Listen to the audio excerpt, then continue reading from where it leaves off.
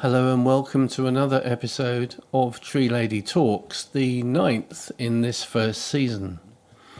Today I'm very glad to say that music, art and literature are poking their noses in, and we have two doctors, one artist and one lady from Prague indeed, who Sharon is going to explain all about. But first of all, Dr. James Canton. Sharon, tell us about James. Well, James is a wild writer, an author and presenter, and James wrote a book called The Oak Papers, which was published this year and featured recently in BBC4's Book of the Week. This is really a deeply personal and evocative journey of getting to know one particular oak tree and what he learned and the people he met as he discovered more about how oaks shape our lives and our connection with them. And talking about getting to know one oak tree, how about artist Stephen Taylor? Well, Stephen Taylor painted the same oak tree in Essex over 3 years at different times of day and at different times of year, with long distance views and close-up studies, and it's all in the most beautiful book called Oak. Fantastic book. We've got a link to that on the website. Certainly want to check that out. It's absolutely magnificent pictures. Following that, we've got Dr. Gabriel Hemery. A multi-talented gentleman who's a silviculturalist, a published author. I should say he's a published author. He's done 95 academic papers. He has. But what we're talking about today is his work of fiction, his second fictional book. And this one's called Tall Trees Short Stories. And I was blown away by how different each story was. And there's even a little bit of singing. A little bit of singing. He does do a little bit of singing. I do a little bit of piano playing too. I couldn't resist it. And after Gabriel is Irina Antones from Prague.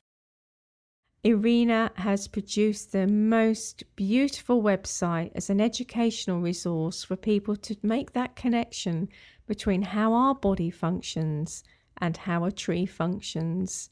It's very beautiful, it's very simple, and the idea is to get us all connected with nature.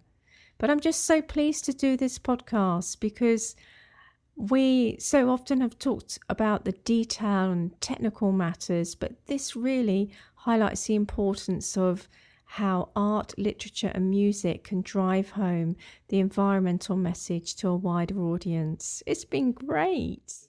Just goes to show that trees get everywhere, so I think we should find out where trees get in terms of music, art and literature. This week I might play a little tune actually. I've still got some of the band members from last week, a bit of overspill. So there's a couple of them still sitting in here waiting to get paid. So if you don't mind, shall I sort of crack away? Oh, I'd love that.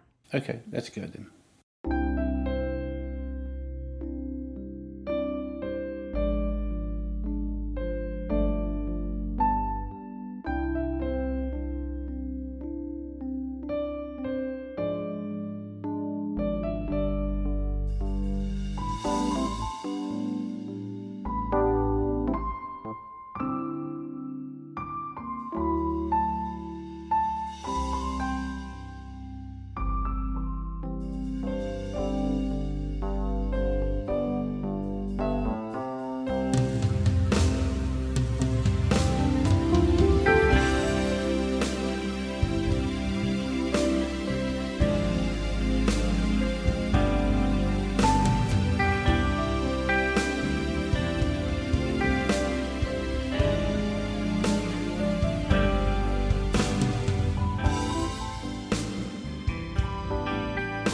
Hello, this is Sharon Durden Hollenby, and you're listening to Tree Lady Talks. All music and production is by Noel Durden Hollenby, and all views expressed by me or the interviewee are our own.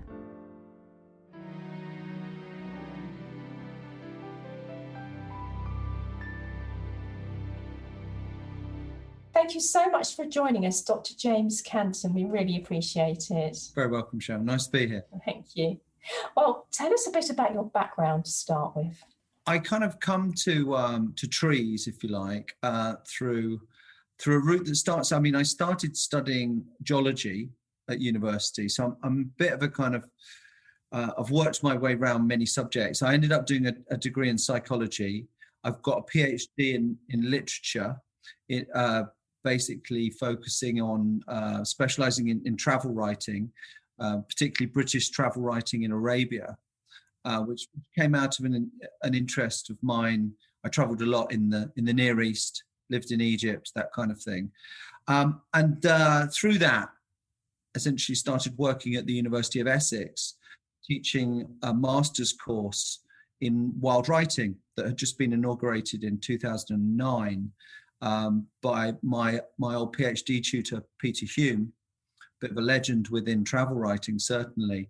And he kind of collaborated with the Biological Sciences Department under Professor Jules Pretty, and they'd seen this need for a kind of genuinely interdisciplinary approach to if you like, what we subtitled literature, landscape, and the environment. You're a published author. You've written several books. Yeah. And the one that we're going to concentrate on today was published on the 30th of July this year, The Oak Papers. But before we talk about that, last week I saw an article that you wrote in The Guardian.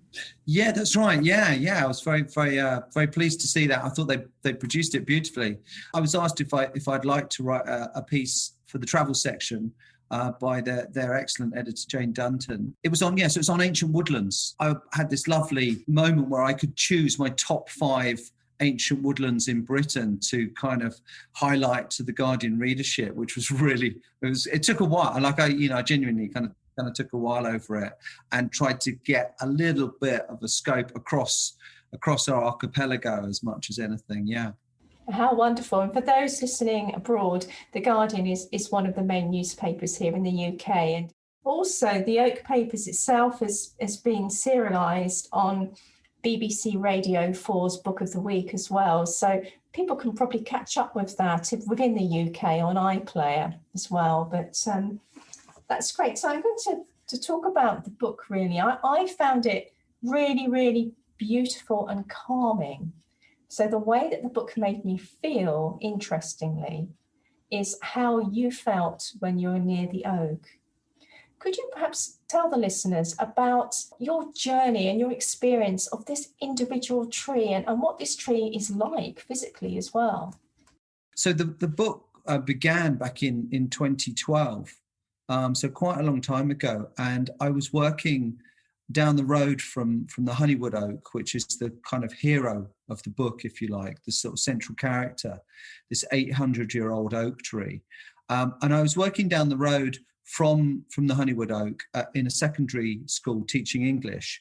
And I decided one day simply to go and visit the honeywood oak on the way home. And genuinely that then began what became eventually the narrative that was published a couple of months ago as the Oak Papers. So it's been a long process. It's not a particularly big book in the end, but yeah, I think hopefully the book that we've published gets across some of the complexity and some of the meditative moments that I was able to have next to this 800-year-old oak tree. And it's so an 800-year-old oak tree, it's an English oak on a small English country estate. It's an estate that's open to the public, isn't it? It's a Marks Hall estate in Essex, and it's really beautiful. It's got a really lovely arboretum and some Wollemi pines as well. I think it was the first place in the UK to have those. Yeah, is that right? I didn't know that. Yeah, I mean they have an incredible arboretum, as you say, and they were hugely supportive. I really must say that right from the beginning. Their then curator of trees, Jonathan Jukes, was hugely understanding. This strange man ringing him up and saying, "Hello, can I come and sit next to your 800-year-old oak tree? I want to do it at day and night. I want to come at all different weathers through the seasons." And he immediately understood. He understood what I was after. He's a very much a lover of trees, an appreciator of trees himself. and he's now moved on working with the Woodland Trust. So essentially, it became a project, if you like. But I mean, that was slightly too grand. I mean, I would literally go there backwards and forwards on the way, the odd hour, the odd couple of hours, and I'd just sit next to this tree. And I'm not a naturalist by training. As I say, my training is more in the literature and the culture of if anything. And so I spent quite a lot of time sitting on a bench beside the oak, observing. Obviously I knew Gilbert White, I knew people like him and the way that he had kind of observed the natural world. And I was in some sense mimicking that. I wanted there to be a sense of time over this. And it was amazing, having this capacity to step into this beautiful small country estate, on my own at night, and just sit by this oak tree, as the sun set and everything, all the noises came up from the creatures around, and then through the night, Dawn and Jonathan arranged for me to be hoisted up into the oak. It really comes across in the book, and I get the impression, this might be rather fanciful, but you were drawn to it. And I wondered if you had a subconscious need, and the longer you spent under the tree at all times in all seasons, and you really became increasingly conscious, not only of how it looked, its ecology, its sense of history, and some sense of power that really led you on a bit of an exploration of what oaks mean to us throughout this book and people that you discussed. Have I interpreted that correctly? No, that's perfectly done. I mean, I don't want anyone to get the sense that I had this plan in mind when I first went. It was a genuine sense. I genuinely wanted to get to know the ecology, effectively, of oak trees. And I had a fantastic time initially trying to get to know kind of like stiletto flies and, some of the creatures that lived in the heart rot, and this kind of process, which for me was fascinating. It's just fascinating. But as you say, as time went on, I realized more and more the delight, the genuine sense of wonder and peace that I was experiencing simply by going and sitting there, and simply by observing this tree, and then I spent a lot of time in the British Library researching the nature of the relationship between humans and oaks, both in Britain, where we feel we have a kind of special connection to oaks, but also through history. My last book had been very much about prehistory, about British prehistory. I'm very much drawn to linkages between our current living and those that came before.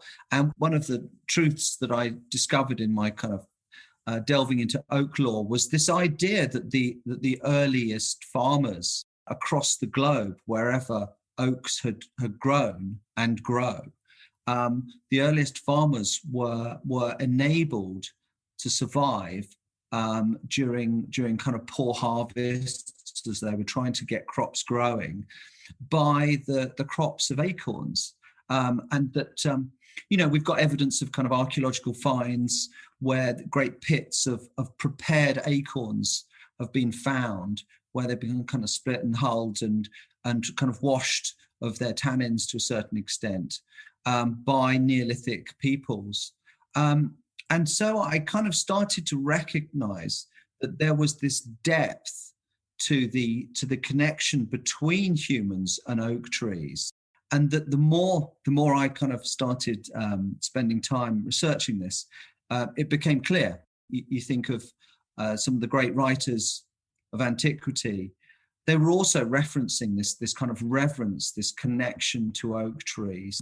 The Greek writers, even right back to Homer, Odysseus, before he returns to Ithaca, he goes and consults the temple at Dodona, and he goes and listens to the whisperings, the susurrations of the oak leaves, and they tell him to go back, sail home.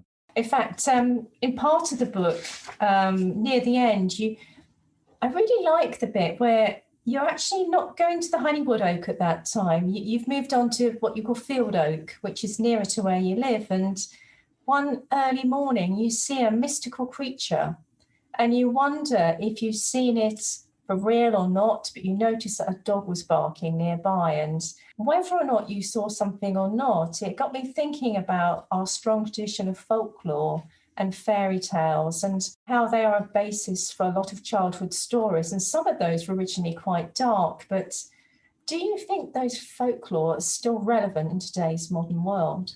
Yeah, I really do. I mean, look, I do as well. I mean, I'm from the city. I'm from London. Yeah, so I'm not a proper country boy.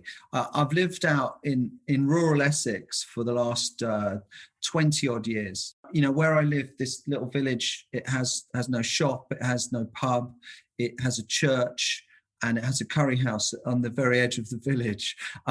It's very rural, and one of the things I recognised when I was researching for my last book was this division of language that we talk about: the civilized and the pagan, and these are Latinized terms that we've inherited from the Romans, and they simply mean people of the city and people of the countryside, and we've kind of, you know, we've put lots of kind of flavorings around them, if you like. But if you like, I come from the city and I've decided to live in the countryside, and that makes me pagan. And there is no other layering to it. If I'm going to use those terms, I was civilized, I'm now pagan. I really like that. I think we should reclaim that word because, as you say, people have got a completely different flavour of what that means. And I've always been a pagan and always will be. Sure. But this then does impact, as you say, I think to a certain extent with cultural belief systems, and very much in the countryside there are, you know, tales of fairies and imps, etc. You know, they abound, and like genuinely, that incident where I was standing in the field just behind this little cottage here, I saw this flashing figure. It was early dawn. It was in that kind of grainy light where you're not quite sure about things. In the same sense, you sometimes see a deer or something like that. And I saw this figure go past, and I recorded it in the book. There was a sense in which I wasn't quite sure what it was, and I did try and go and find it. And at the time I had been reading these incredible accounts of, you know, the account of the Green Children of Woolpit, for example. I don't know if people have heard. Well, I have, but perhaps you could explain that. It's written down by Ralph of Coggeshall, 13th century written account, and he talks about these two green children, as they were called, that were discovered on the edges of the village of what's now known as Woolpit in North Suffolk. And it's an incredible account because you read it and you kind of think, well, this is a very educated man who's writing this tale of, you know, these children that were apparently found there, and they are green and they come from another world, according to what they say, and they speak in a different language, and they suddenly just turned up on the edge of this village, and it's just a beautiful piece of, if you like, folkloric account, in the same sense that you have these stories of you know, fairies like Puck, or these various figures that inhabit the countryside, and you know, Shakespeare's the go-to person in a lot of way for the kind of general way in which we now would think of these depictions, these literary depictions of these figures. But you can go to lots of other writers who very much would see them as part and parcel of the landscape, if you like. And talking about the power of stories, I also think names are very powerful. So I personally think it's really evocative when a tree is named. It actually gives it more power. Yes. And so in my work, I sometimes do very large surveys, and sometimes they include very important trees, historically, culturally, ecologically. And if they don't already have a name, I give them a name. And the reason why I give them a name is so that people in the design team, I say, that is a stonking great oak, for example, and then it immediately lodges in someone's mind. And I really would like people who work with trees to name them more. Yeah. So that I think it's quite a powerful tool. I think you're right, and particularly if we're trying to engage other people with trees, the sense of being able to kind of identify the personality, the individuality of a tree was something that I really came across during my time of sitting next to the Honeywood Oak and reading various people, Martin Buber, the philosopher particularly, I think, who really opened my eyes to the idea that every tree is an individual living creature. It's a living being, and that everyone is different in the same sense that every human is a different living creature, being. Nothing startling in that. Nothing startling in that, and every tree is an individual, but also you write about the fact that trees need to be connected to each other. Sure, yeah. The fact that they're not really meant to be isolated, and the Honeywood Oak itself is a remnant of a much larger ancient woodland that was, or actually bought pasture, that was felled, wasn't it, at the turn of the last century? Yes, that's right. So this is part of the narrative of the Honeywood Oak. It's an 800-year-old tree, and as you say, on about I think the first time that I met up with Jonathan, he told me this incredible story that up until the 1950s, there'd been around 300 other oaks of approximately the same age. This huge medieval deer park of oaks. Unfortunately, 300 of those oaks had been cut down purely, for the money in the late 50s and 60s. And, just the poignancy of standing there next to this one remaining. I mean, there's two or three other ones within the Marksville estate, other oaks, that is, that did manage to avoid being felled. But the Honeywood Oak is the only one really of that substance from that time. And you the poignancy, you start to add up, the thousands and thousands of creatures that would have been supported by such ancient woodland. And, but then, and I realized as I started to write the Oak Papers that this was one of the stories that needed to be kind of made plain, and then the difficulty is we might then sort of look back and say, well, God, why did they do that then 60 years ago, et cetera, et cetera. But of course, the truth is, unfortunately, that our grandchildren are going to look back at our time and say, well, what on earth were they doing?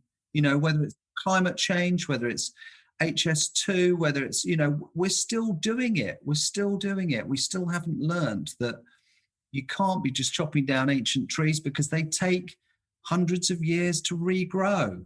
They are irreplaceable. They are mini ecosystems. And actually, one of the oaks that's left at the Marksville estate, and we'll put a picture on our website of the Honeywood Oak, and the other oak, which I want to mention, is called the Screaming Oak. Yeah. You must know the Screaming Oak. And so for listeners, do look at our website. You'll see this startling oak tree that looks like it's screaming, perhaps for the loss of its brothers and sisters. You also write so well about the psychological effect of touching the tree. Did this surprise you? You started, as the book goes on, in this meditative, poetical style. The tree draws you in to be far more emotional. It's a much more almost spiritual experience, and you're carried away with that. And did you expect that when you first started sitting under this tree? No, quite frankly, I really didn't. I mean, I went, as I say, I went to the oak really to kind of extend my knowledge of the natural world. Not even particularly to do with oaks, to be honest. It was just like, I thought this will be really good. This will be a good thing. I'll get to know. It was more to do with getting to know a little bit more about, bugs and beetles and spiders and, that kind of thing.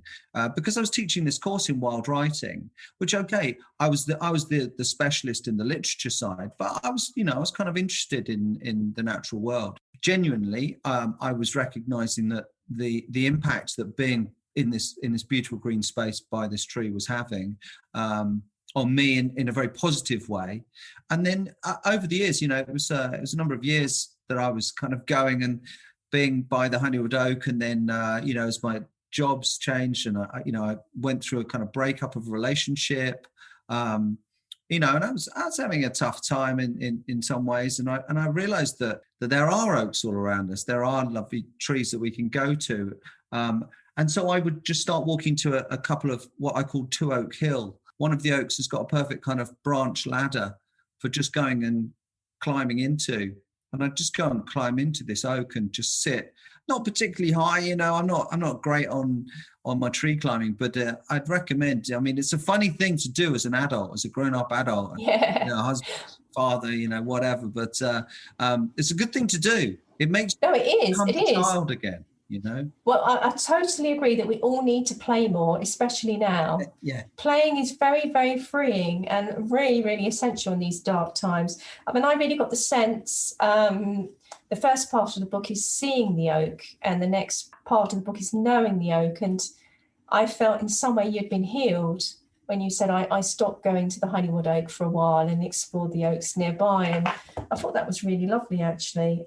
So throughout the book, you start to really want to understand more, as you've explained, about the relationship between the oaks and humans and all aspects of that. And the book is interwoven with wonderful local people that you meet who work with trees. Sure. Yeah. I mean, absolutely. And I think, it would have been a much drier book if it had just been my reflections, my continual reflections on my process and my diary entries. And there were, I'd meet folk that have been around, that have seen these trees for a lot longer than I have, and they've kind of thought these thoughts that I was having, many, many years ago. And so, yeah, there were some wonderful people. I mean, Stephen Westover that we've talked about, yes. Who's a bit of a legend around here.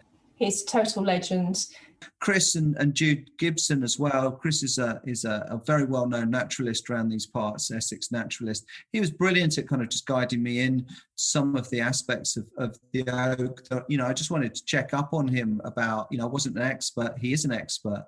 And then there were people like, there was someone like Dylan Pym, who people might not know. He's a furniture designer, really.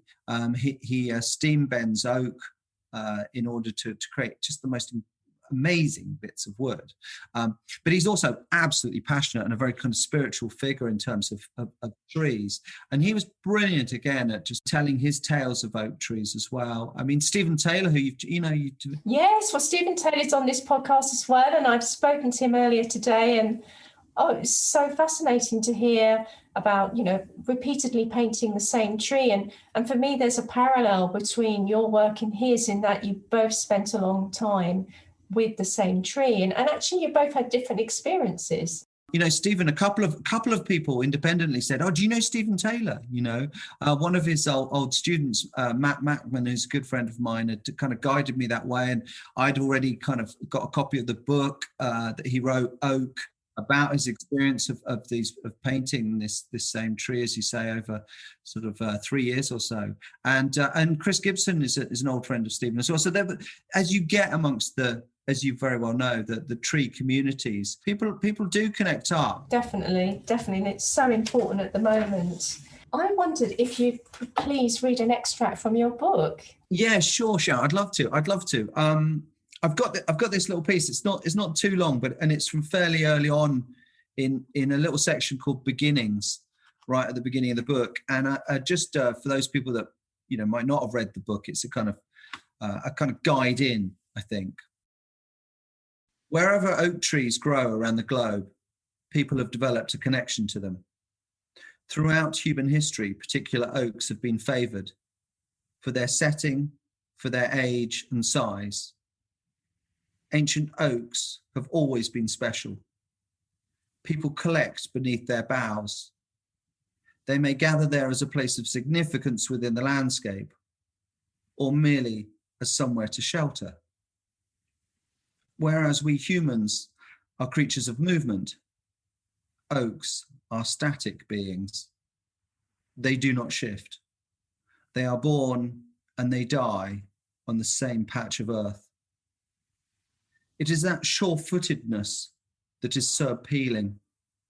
Ancient oaks hold a powerful sense of longevity, the sense of security, the sense of attachment to a place across time enchants us.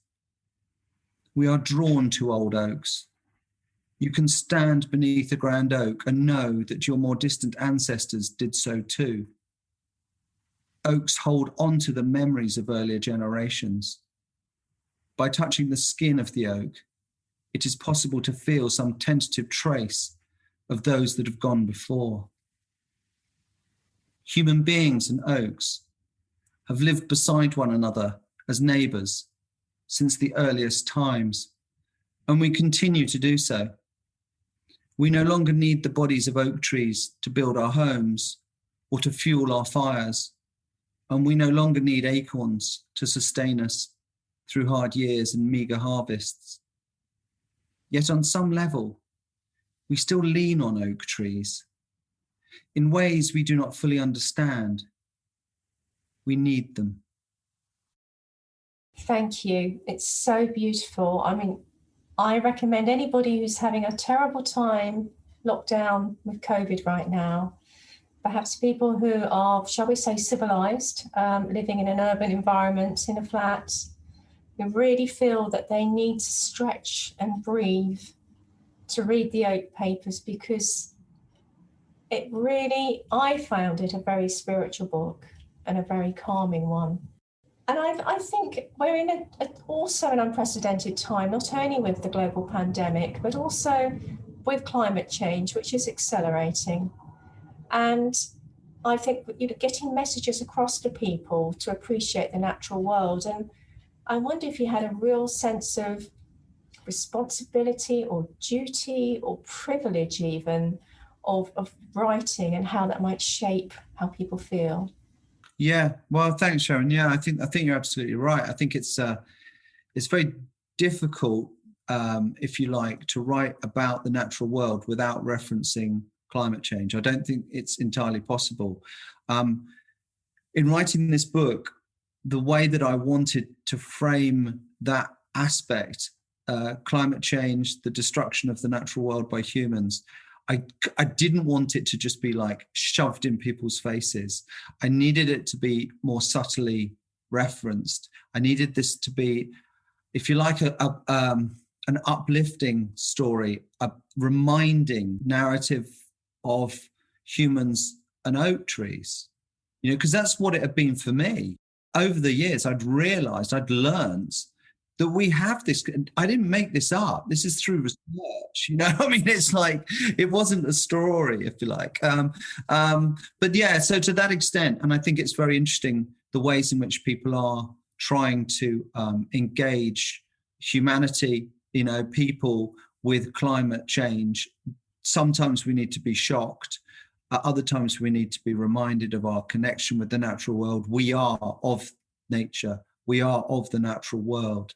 We are creatures living on this earth as trees are, as insects are, etc. That important connection, it needs to be made. I mean, I make the odd dark message in the book as well. I didn't feel it was my case to be making some strong polemic about what we need to do, because I'm not a climate change scientist. As much as possible, I'm trying to keep the message out to people that we need to engage with the natural world, that we need to recognize its importance for us, if you like, but for all the other creatures that we share this globe with. It's not rocket science, is it? But also the impact it has on our well-being, as you so well put it, that we all are starting to realize through a lot of fantastic research, part of which I include in this book, interviews with an environmental psychologist who talked us through some of the studies that have taken place showing through EEG patterns in people's brains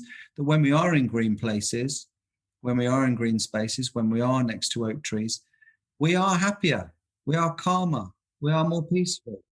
I really like the sense in the book that when you first started going to the tree, you were innocent of any preconceptions. You were just going there because you were interested in the creepy crawlers. You wanted to learn more about that. And we follow you on your personal journey through the love story of that tree. So thank you so much. It's been an absolute privilege to speak to you, and a book I love and highly recommend. Well, thanks. The Oak Papers. That's very Thank kind. you. Thank you. Lovely to speak to you. Welcome to Stephen Taylor, who's an artist. Stephen, it's so lovely to have you join us today. Yeah, my pleasure. Nice to see you. Well, this is the first time we've interviewed an artist, which is a very visual medium. We're going to have some of your beautiful artwork on our website for people to view and link to your website as well, which will help the listener as we go through this talk. But Stephen, tell us a bit about your background, please. Well, I started life as an art historian at university and started lecturing at various art schools. But my first job was a resident artist at a boarding school. So I was kind of lucky, really. I had 2.5 years with a free studio and not much teaching time. I don't know if that still happens, but I was lucky. And I had a show at the end of that and everything pretty much sold. So I put it to one side, really, and just got on with lecturing and doing a postgrad on Constable. And that went on for years. And then I had a kind of life change, middle of my life. I thought, well, I've done quite a lot of lecturing now and worked in art schools for a long time. And I want to see whether I can sell paintings, A, for more money, and B, more for myself, both at the same time if I could.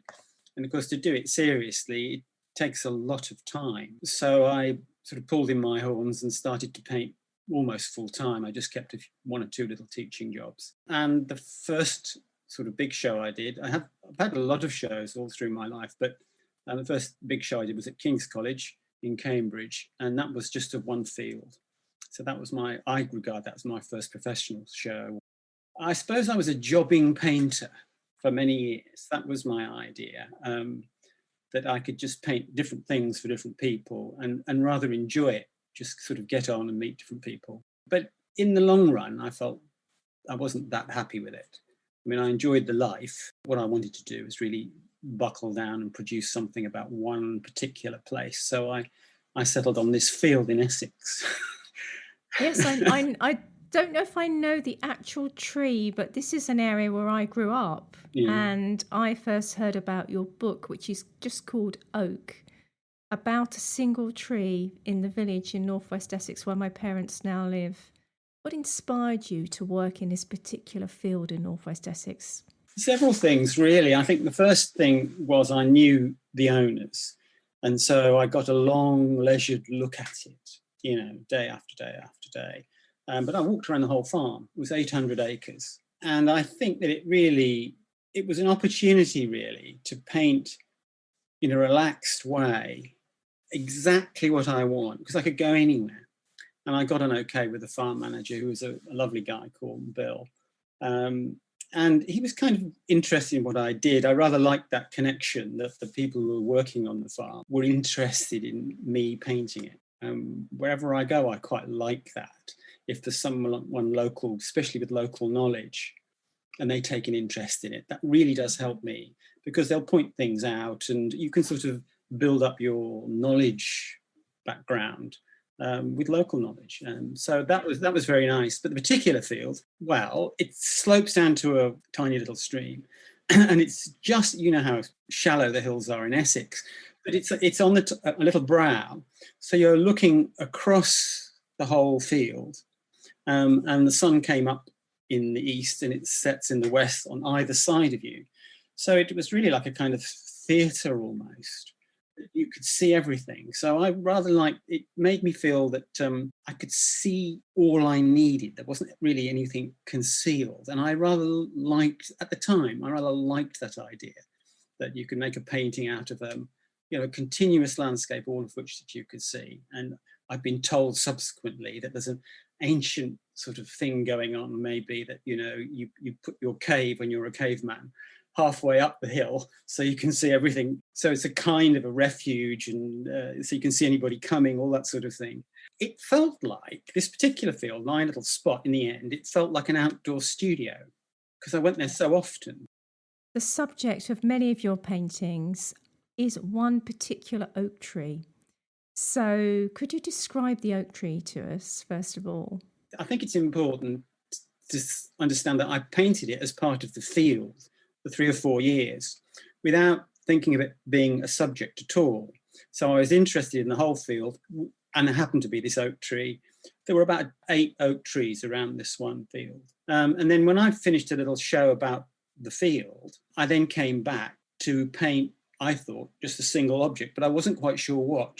So to answer your question, I settled down in the field for a summer, talking to Bill and just idling about really for a little while, making drawings of lots of trees and little corners and things and photographs. I used a lot of photographs as well. I was taking photographs as well as drawings, and even doing voice recordings, like making little remarks about things. Apparently, like Coleridge and Wordsworth used to do. They used to write lines of poetry outdoors. Oh, I didn't know just that. kind of sort of sketch notes, but Yeah. verbal sketches, Oh, and real then sense work of them up and place. build them in. Yeah. And I knew that. So I was kind of interested in getting more than one sense into it. Really. Cut a long story short, the one oak tree that I chose, it's kind of an interesting one because it was it faced the sun and I was facing it. So you never really saw the heavy shade side. And when the sun went across it, it just changed the sculpture of the surface of it slightly. But it was quite stable. In other words, the lighting at 11 o'clock was not a million miles from the lighting at 1 o'clock. So that gave you quite a run through for a painter. 2 hours is quite a big bite for a landscape painter before having to think again. And so it faced you. So that was good. But the other thing is it had a kind of slightly emblematic shape, I now think. I didn't think of that at the time. It does, yes. It's very centralised and it's a little bit like a pub sign.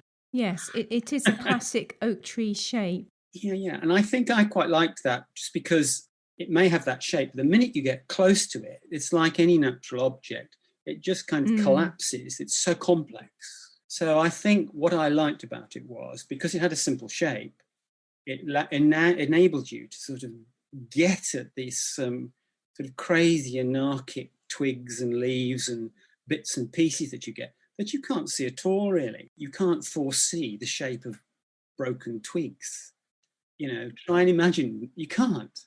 It's not possible. And that's what stimulates me as a painter, getting to grips with things that you don't know. So I think the familiar shape was a way of kind of grounding all that. It almost gave you the freedom to explore those smaller details rather than being tied up in an asymmetric crown or something peculiar, visually peculiar about its shape. One of the things I really enjoyed about the paintings was some of them are long distance views with the most incredible fine detail of the crops growing in the field leading up to the tree. Others have a very broad brush, now forgive my clumsiness, but a much softer, more impressionistic approach. Whereas other paintings are finely detailed, and I really enjoyed those where you see the really tiny details of the twigs and the leaves. And as an arboriculturalist, all of those details are somehow inside my head from study and years of examining trees. But as an artist, you've explained to me how that wasn't exactly a surprise, but it was something really to be explored. And do you feel as an artist that one of your great missions is to open people's eyes to new ways of seeing a familiar object? Yeah, that puts it very clearly. The assumption is, for my kind of work, it's the tradition for this. It goes back to I suppose you could argue, the sort of middle of the 19th century, where those famous French painters, the best ones, the images they produced then were quite strange. People couldn't see them very easily. What they had was a very rigorous method, which let them, as it were, kind of peel off the familiarity of the natural world. And I think if you look at, certainly Cézanne's hard to look at, but even a little corner of Pissarro, when he was working with Cézanne, or you take a little corner of a Monet, even a very famous one that everybody likes, and so it's actually quite strange. There's odd, you could never guess it. The thing is, I think I like the idea of a painting that shows you nature and reminds you that you couldn't have guessed that.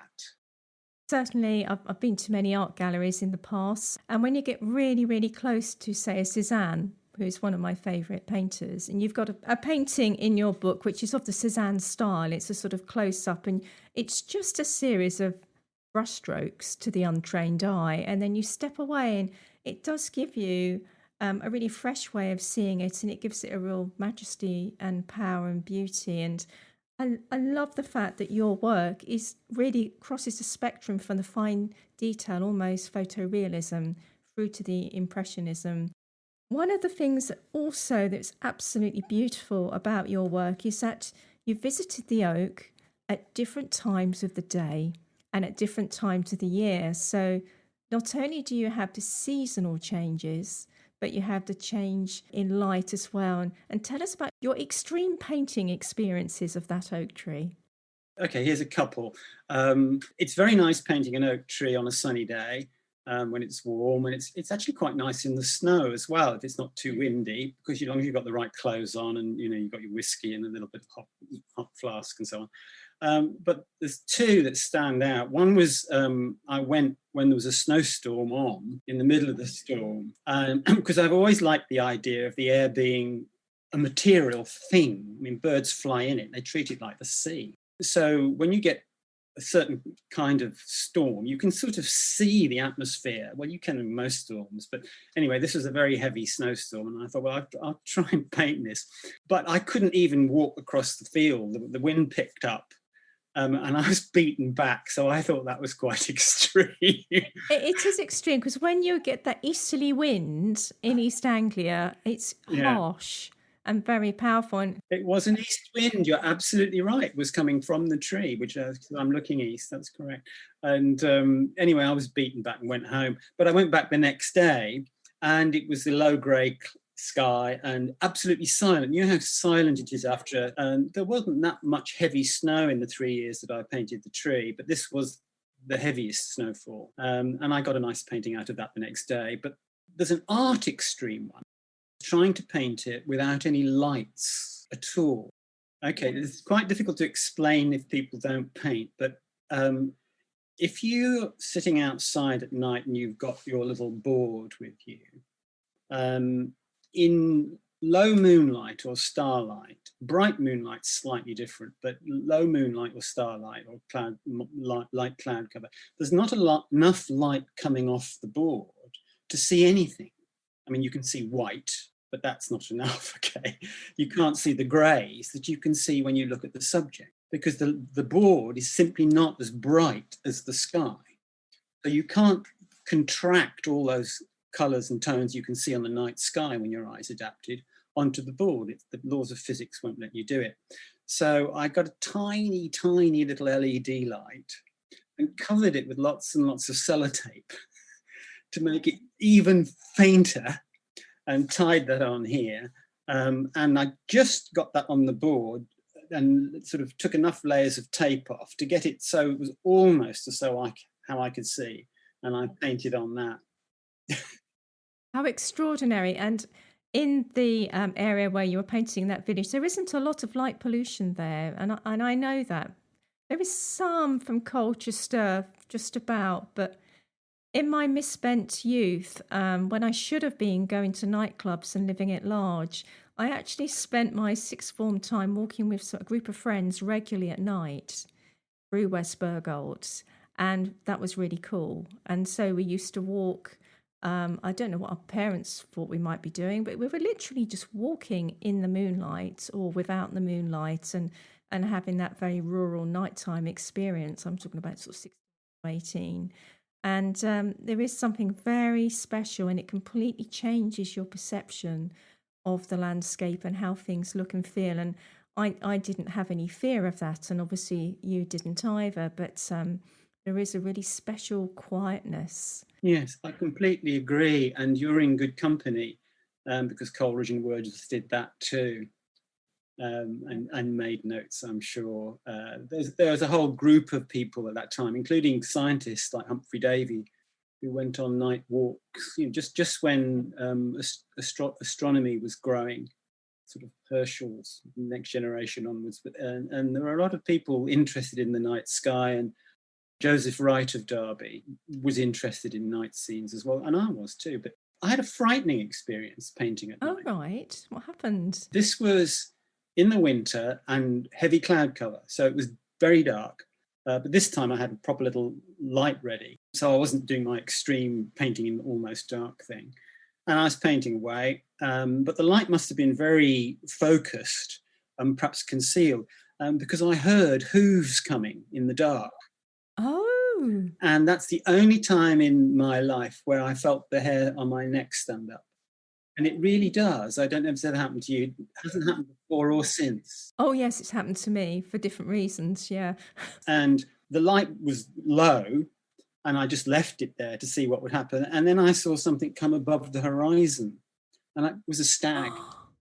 How magical. So there was a stag coming towards me, and so I shined the light on him, and off he went. But so I saw a head come above the horizon in the dark. That was quite something. But most of your painting was not as extreme as we've just talked about in terms of your painting experience. Having seen the tree in so many different lights, seasons and weather, did you sometimes feel it was almost a different tree? Or did you always have the sense of it being itself? Yes. What happened was that when I arrived in the field, it felt familiar because there's my tree. I'm at a distance from it. Okay. But then the minute I sat down, this is assuming there's been a gap of several weeks, not the next day necessarily. But when I sat down, you got very attuned to small differences, and it began to seem very different each time. So the way I described that to myself at the time is the tree's teaching me to see it. It felt as though I'd learnt to see it by being there. And again, I couldn't have predicted it. So for example, a little change of blue above the hedge from turquoise to a slightly more cobalt blue, say, and the colour of the hedge and the leaves at the edge changed. Okay, they shift slightly. If the sun hits the tree in an August light, you see all the lammas leaves. So you get all these pink leaves in the middle of summer. Yes, you do.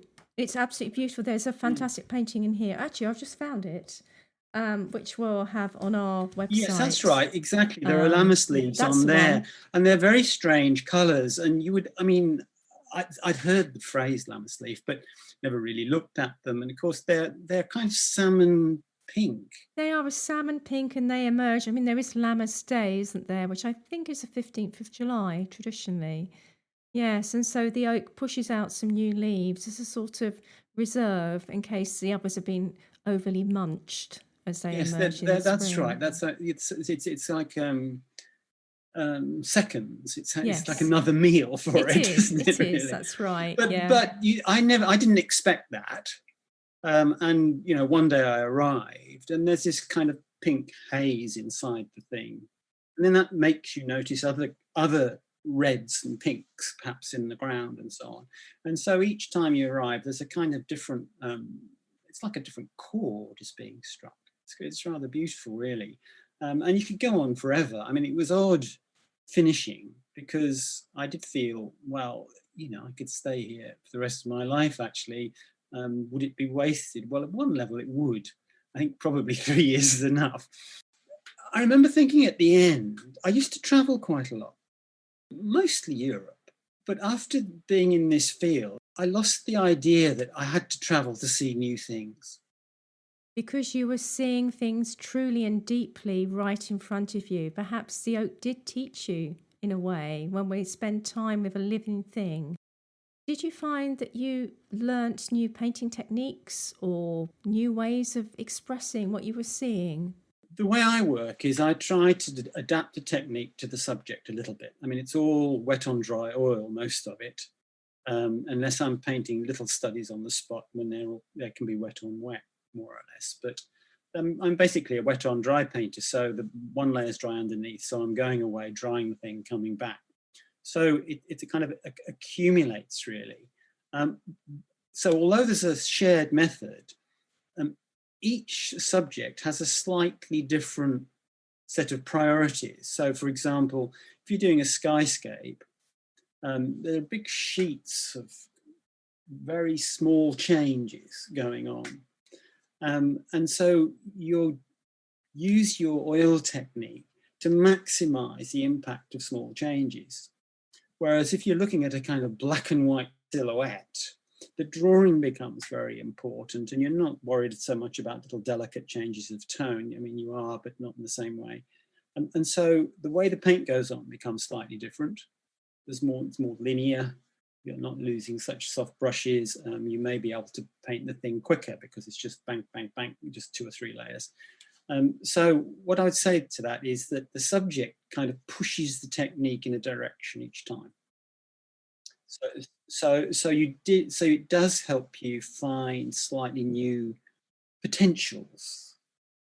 What the natural world does is, because it is so complex and unpredictable, you're constantly having to, if you attend to it and don't assume you know how it looks, if you really attend to it, it'll push your technique in a certain way. So again, the natural world, I think, gives your technique directions. It shoves it around, but you have to look carefully and be open to that. If you just go out and say, oh, well, I know how to paint, bang, bang, bang, you'll never get it. Yes, you're right. So I suppose as an amateur, if I thought I was going to paint the oak tree, I'd get out my green paint and I'd get out my brown paint. How silly is that? Because there's a multitude of colours that you wouldn't expect to see and techniques. And did you find that painting one tree over and over again, did you feel that you had some kind of affinity with that tree? Or was it merely as a professional artist observing one object, albeit a biological one that changes and shifts? I wouldn't put it as that as the alternatives.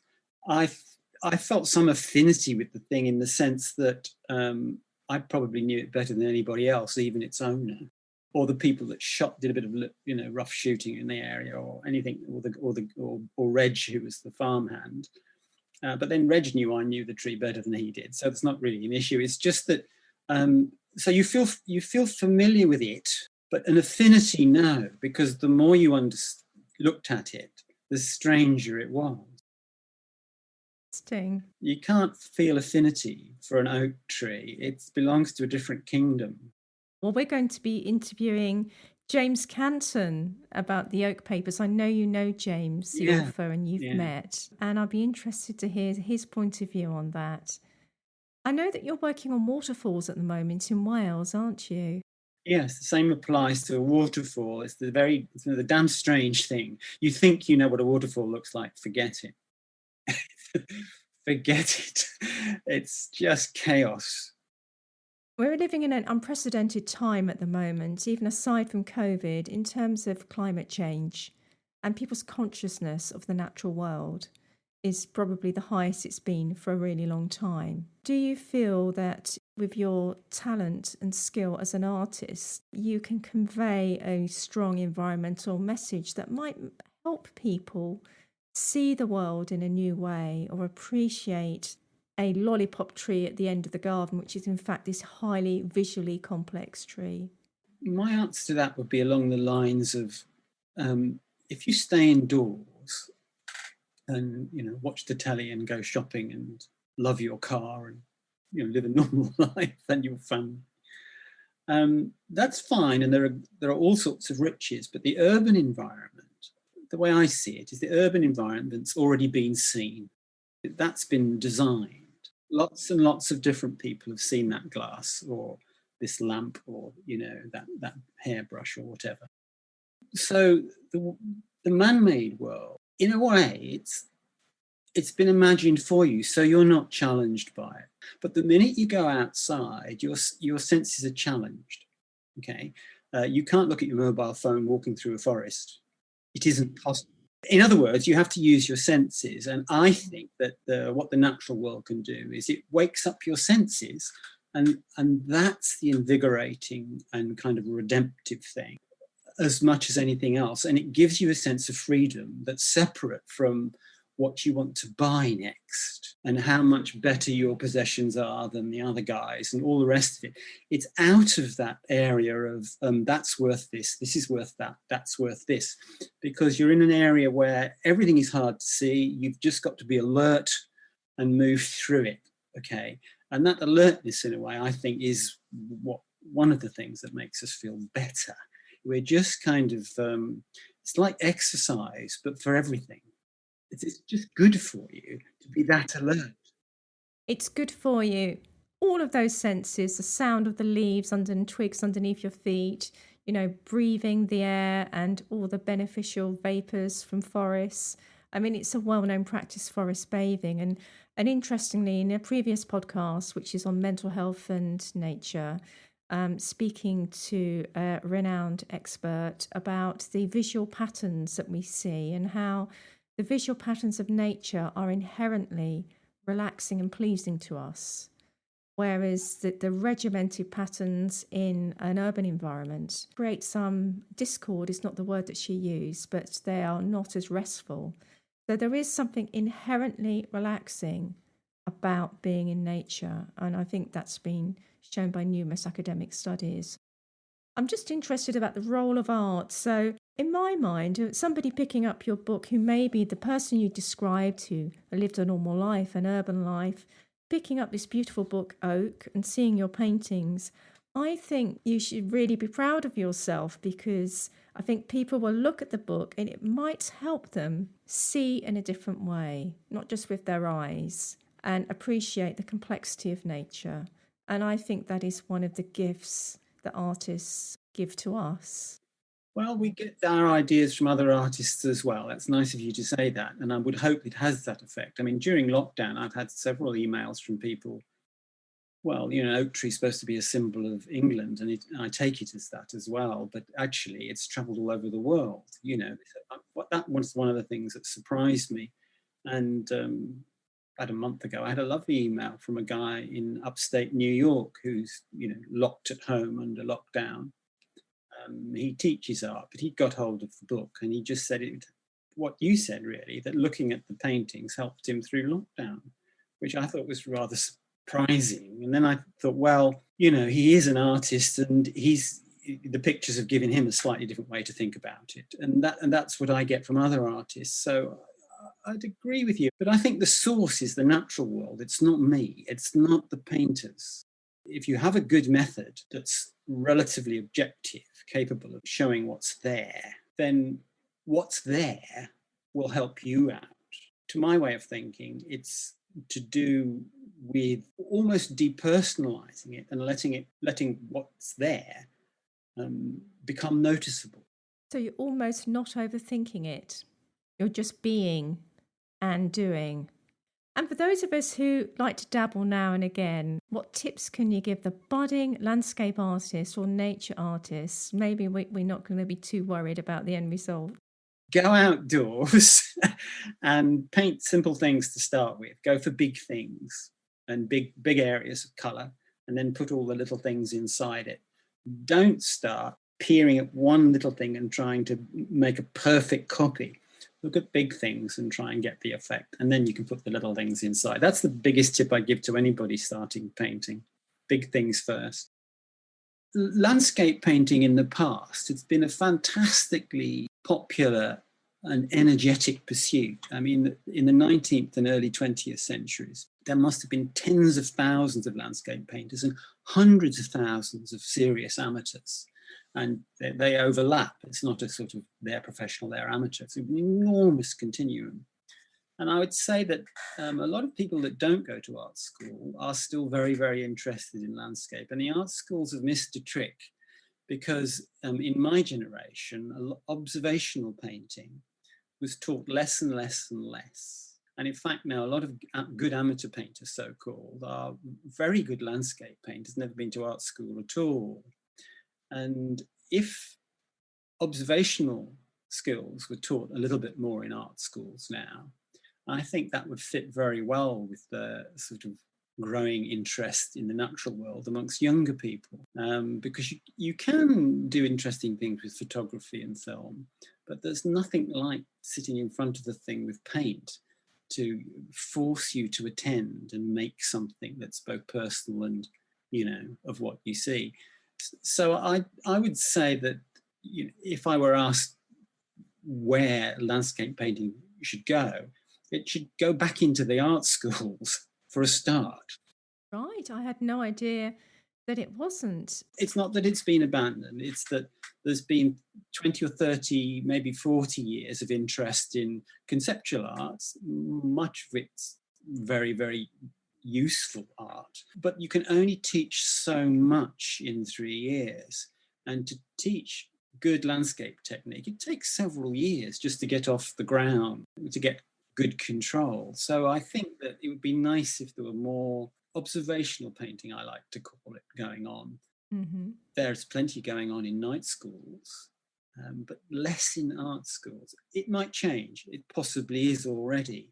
But when I stopped teaching in art schools, the degrees in this country, you had to look quite hard to get good training in observational skill.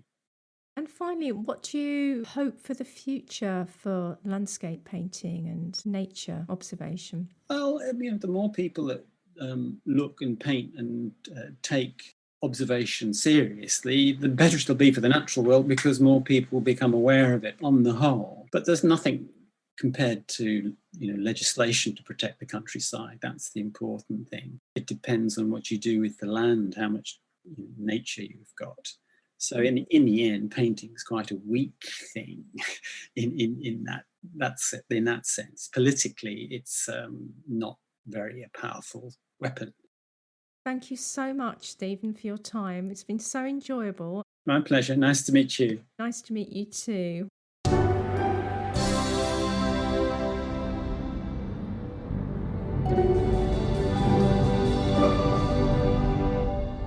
Gabriel, thank you so much for taking part in this special Literature and Trees episode of Tree Lady Talks. That was a pleasure. You've got a fantastic career as well as being a writer. Could you tell us something about the multitude of different things you do for silviculture? Well, I started off, I guess, like an accidental forester. Weirdly and sadly, no one really suggested forestry to me as a career at school. But I've always had a love of trees. Like many, I think, in our profession, we've been somewhat connected to them at an early age. So I spent most of my life climbing trees and falling out of them on purpose, which is my weirdness. If anybody had told me at the time that I could have chosen a career in trees, I would have leapt at it. So I kind of ended up doing a sort of slightly boring academic route into doing geography. That's what I did. Which is a great subject. And I went to University in Wales in Aberystwyth and fell in love with the Welsh mountains, and was kind of inspired by the forestry and somewhat horrified at the same time by what was going on. And it really interested me. And I came out of that with a degree in geography, and just felt I wasn't really particularly well versed in practical skills. And I really fell on my feet when I I saw an opportunity to join a small charity in Oxfordshire that was running a particular course for fresh graduates that gave them a wonderful range of experiences over a course of a year, working in the physical environment, learning how to drive tractors and dag sheep. That sounds great. Biological surveys, and then the third week you spend with young people doing outdoor education. It's the most amazing year of my life. It really set me up. Is that charity still going? Well, it is. It's called the Earth Trust now. It was the Northwell Trust. It changed its name, I don't know, about a decade ago.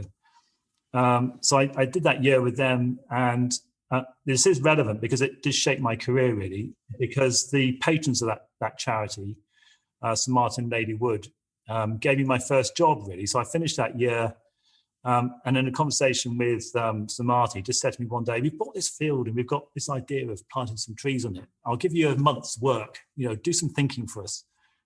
And that turned into my first 16 years of career, and basically helped develop what was effectively the first private sector research woodland, focusing on genetic improvement of hardwoods. So oak and ash, cherry and birch. It's a forerunner of what became the Future Trees Trust now, which is out there doing great stuff with field trials with genetic improvement in mind. And then because of realization, actually, there was some great opportunities to research, and perhaps I had a modicum of skills that I could bring some additional research to the trust. They very generously sponsored me to do a PhD or DPhil at Oxford on walnut. So I got heavily into walnut, did a PhD on genetic improvement walnut. I went romping around Kyrgyzstan and Central Asia looking for super trees to grow back in seed back at Britain. Anyway, so that was my early career, and the result was this woodland called Paradise Wood in Oxfordshire. And I headed off after that to work for BSBI, the Botanical Society of the British Isles, as their first development director, which is fascinating, working with a membership organisation. And then, kind of strangely, kind of history repeated itself. I bumped into Sir Martin again, and he sort of said, "How are things in forestry?" And I said, "Oh, they're not so good, really. We're importing huge amounts of timber. It's our 6th biggest import. Our woodlands aren't being managed. The policymakers don't seem to be connected with the stakeholders." And he basically responded in a similar way by saying, "Well, tell you what, I'll set up a little job for you, see if you can do some thinking around it." Over the course of a year, Martin and I came up with the idea for maybe a new charity that could do something quite unique. So that was how the Silver Foundation came together as a new environmental charity. So that's what I'm still doing, is running that as a chief exec. And our mission at Silver is to work with private sector, with woodland owners. The public good in that is that if we can help them bring their woodlands into good condition, we're going to be producing great timber, reducing our wood miles, and exporting our footprint to other places, which we shouldn't be doing. But obviously, providing all that wonderful health and well-being benefits and landscape and wildlife benefits back here at home. So that's the heart of the Silver Foundation's work. And also encouraging people to actually work with wood and work in forestry. That's so important, and that's going to be needed more than ever, because there is a skill shortage, isn't there? Yeah, it is. And it's this, I guess, what I describe as the affinity between the natural world and people. And it's a classic thing that Richard Louv identified in his phrase, which he told me he was a bit wished he'd never coined it, but the nature deficit disorder. The idea that increasingly younger generations are disconnected from the natural world, even though we seem to have wonderful Gretas of this world coming up and becoming amazing ambassadors for the natural world. Most people, and it's not just the young anymore, I mean, through our generations, are pretty much disconnected from the realities of the natural world, let alone how we might manage it. And I think that leads to a whole range of issues around we don't always perhaps have the support we need to make change happen. I think that obviously lockdown did open people's eyes to what was outside their window, and they may have seen for the first time, a tree in the street. And we covered that in quite a lot of depth in our podcast, Mental Health and Nature, and looking at the evidence base for how it really, really helps us. But you're right that people don't have the tools or the confidence to actually go out and think, well, can I walk here, and how should I behave? That's very true. But as a deeper thing too, and that's, we had a project we called the One Oak Project at Silver. It was one of our first things we did. We're 11 years old now as a charity. This was driven by, on the theme we're discussing, it's driven on the idea that actually I was getting challenged, and I was hearing other foresters getting challenged by people quite upset that you're felling trees and, confused or wondering, how could it be sustainable when you're felling a tree that's beyond one human generation? Yes. How can that ever be sustainable? So the whole notion of planting the multiple trees and multiple generations and managing them over, say, 80 to 120 years is a really difficult thing to get your head around. So just the One Oak Project was the idea of using a single oak tree grown on a sort of iconic estate. So Blenheim Palace Step Forge, which is amazing. And then we sort of filmed it over a couple of years, did lots of arts programs around it, felled it in a blizzard on a freezing day in January. And then over the course of the next 2 years, working with school children and makers and everything else, made 60 products from the tree. So every part of the tree was turned into something, from fine chairs, a beam in the Queen's Diamond Jubilee Flotilla, a boat, to the sawdust that went to Le Manoir and Roman Blanc to smoke salmon with. So, and then we kind of made a big show and a touring exhibition from it, took it to Edinburgh and London and so on.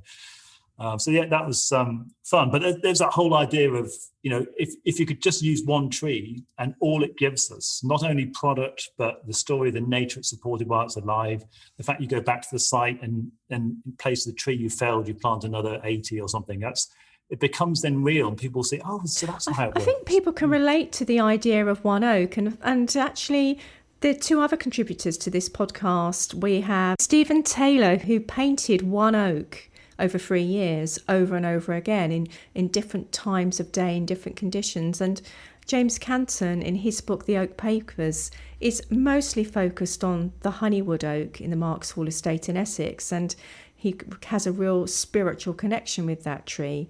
But the project that you've with the one oak is all those multiple uses, those high-end uses of that one tree. It does capture people's imagination because it has some meaning, rather than if you talk about a forest or a group of trees, it doesn't connect so much in people's hearts. So I think that's really clever. You're exactly right. But I'll tell you what's very interesting.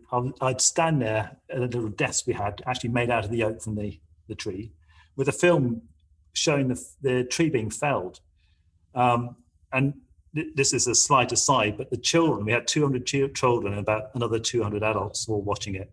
And it was freezing cold, so they were very cold and bored. And someone whipped them up into sort of cheering, and it turned into a bit of a chant, cut it down, which is kind of really pulls on the heartstrings. And I had people quite angry saying, why would you fell a beautiful, mature oak tree? And then if you explain what you're doing with it, you get somewhere. And then still people saying, well, why use wood at all? And wouldn't it be better to use something else? And that whole argument of, well, how much wood is in your life? So you look around you yourself, Shan, behind you, a wooden desk and shelves, and you've got windows and floors, but people don't always think about that. No, they don't. Come from? And maybe it's better it comes from somewhere far away in another continent.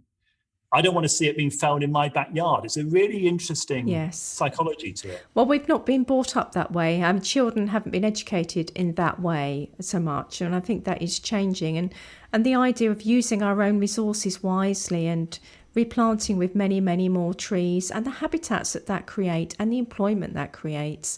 And, the beauty of wood and working with wood itself is very therapeutic. So, no, we are educating. The forest school system, I hope, is really going to help in that way as well. Yeah, I think that's fantastic. I'm so enthusiastic about forest school. It's so important. Absolutely. And one of the things you just said there, cut it down, that brings me in the mind of Russell Ball, because you're also involved with Fund for Trees. And one of the things that Russell Ball, who's a tremendous character and Power for Good, says to children, let it grow, let it grow. So tell us a little bit about your work with Fund for Trees. Yes, I'm one of the original trustees that we put together, and it sort of came out as an urban tree charity with a focus on a bit of research and, strangely, also a focus on children in the city. So because we're trustees, we're actually quite keen cyclists, we also kind of combined everything into one thing. So we used to go on cycle routes through mostly cities, visiting schools, taking trees with us in our panniers and planting a tree in the school grounds and then moving on to the next school. And it's great fun, actually, but also quite powerful and memorable for the children. We've even cycled to Paris, actually, to plant. I know you did. Yeah, we've done all sorts of crazy stuff. So do have a look on fundfortrees.org.uk. Yes, do have a look at that, because they also have Just One Job as well. For anybody who works in the industry can donate just one job. Yeah, it's brilliant.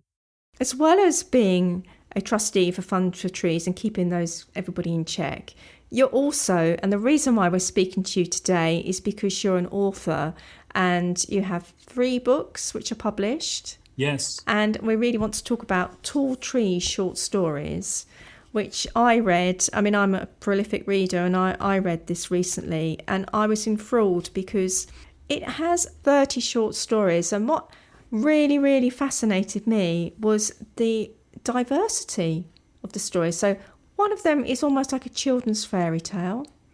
Some of them are a bit gothic. Some of them are very scientific. First of all, how did you start writing fiction? What inspired you to get involved with that? Oh gosh, that's such a good question. So I, not wishing to necessarily do a shameless plug for my first book.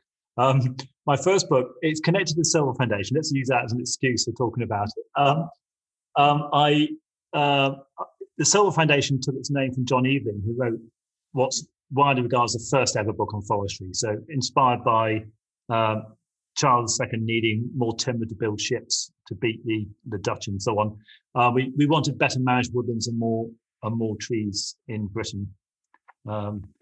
We'd better be without gold and without timber, as Evelyn said. So that was the original Silver, and I was aware that it not only inspired us as a charity in our name, but in 2014 would be the 350th anniversary since his silver. And I thought it was well overdue an update. There had been a couple a long time ago. I have to be honest, personally, I don't think they were particularly good. I mean, this is a long time ago, like 100 years ago or so. And during his lifetime, he'd done several new editions. But I felt that the whole idea of reaching out to the landowners of all sorts was something that was probably well overdue. So I pitched an idea.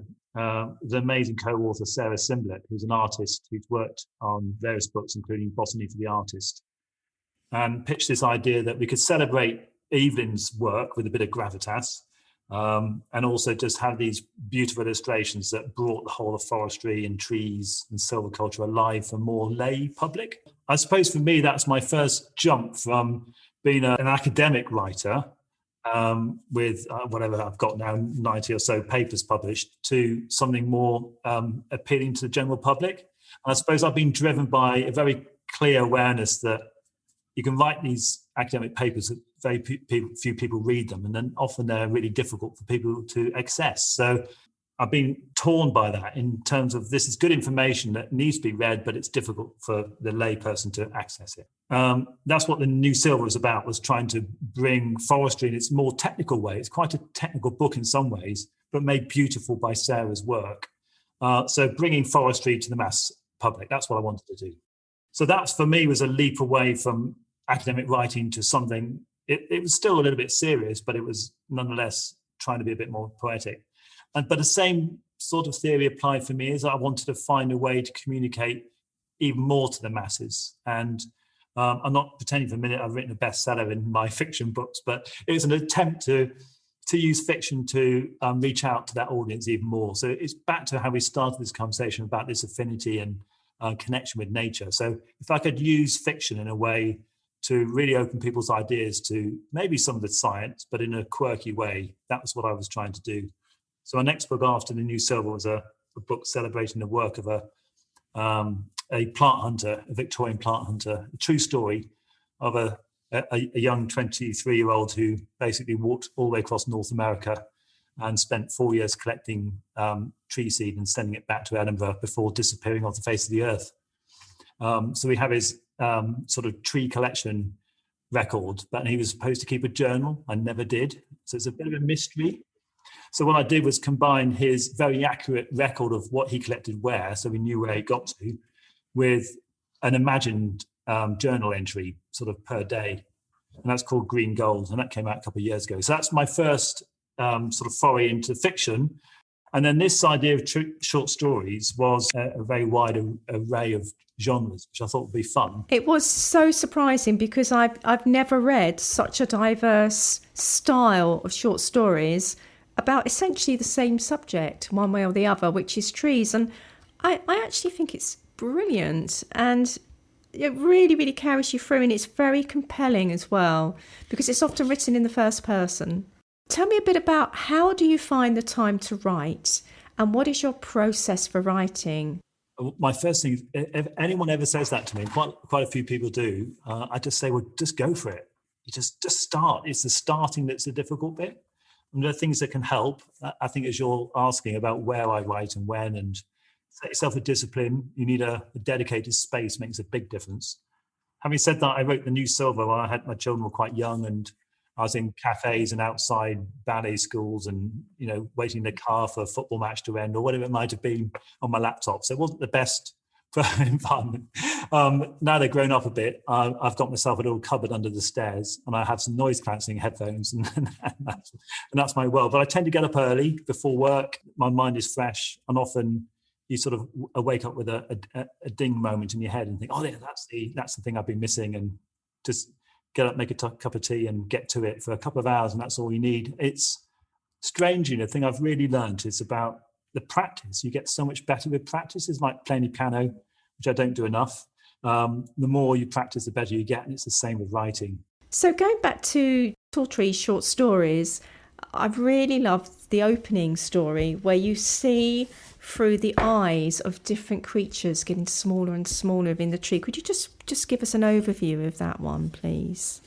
Yeah, so it's called Eye to Eye, and it's the idea of it starts off with a a keen birder who's in a tatty old hide on a heath, staring into the dark, well, the lightening dawn anyway, with a brand new fancy optic. So he's very excited about his new telescope. And he just suddenly couldn't believe that his eye falls upon, in this wonderful big scope of his, a huge set of eyes from an eagle owl. And an eagle owl is often, obviously not a common bird you see in Britain. So he's absolutely over the moon and can't wait to tell his birding friends about this amazing new thing. But something strange happened. And as he stares into the glowing orbs of his eagle owl, he feels his heart and soul being sort of drawn deeper and deeper into the telescope and out beyond. And before you know it, at least the readers then dragged through one creature after another, like a reverse food chain. So it goes from a Eurasian eagle owl to a pine martin that the eagle owl eats. And then the pine martin eats a goshawk. And the goshawk eats a woodchat shrike, and the shrike eats a mouse, and the mouse eats a ladybird. The ladybird eats a fly agaric mushroom, and the mushroom feeds on a silver birch.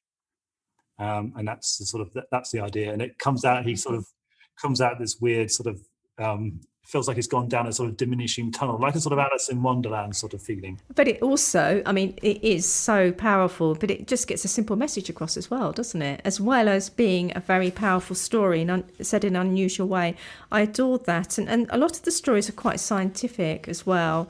The story of the young PhD student going to Transylvania, it's a very gothic one, and meeting a scientific lady. For those who haven't read the story, the young scientist is going to explore a forest and doing a line transect of looking at various data. I won't say too much about it, but it's almost like a Bermuda Triangle within a forest, isn't it? And there's these stories of people disappearing. And I was inspired by this sort of idea that there's in Transylvania there's supposed to be a particular place where the trees grow in weird directions. And some people say it's a UFO landing site, and other people you never see any bird or insect flying across it. So I thought the idea was that this student who comes from France, a lepidopterologist, so interested in moths, so she's out there at night, which makes it spooky, and with a friend, and things happen, put that way. It's very, very gripping. And as a sort of foil to that, there's one which is almost like a sort of fairy tale. The Woodcutter's Axe.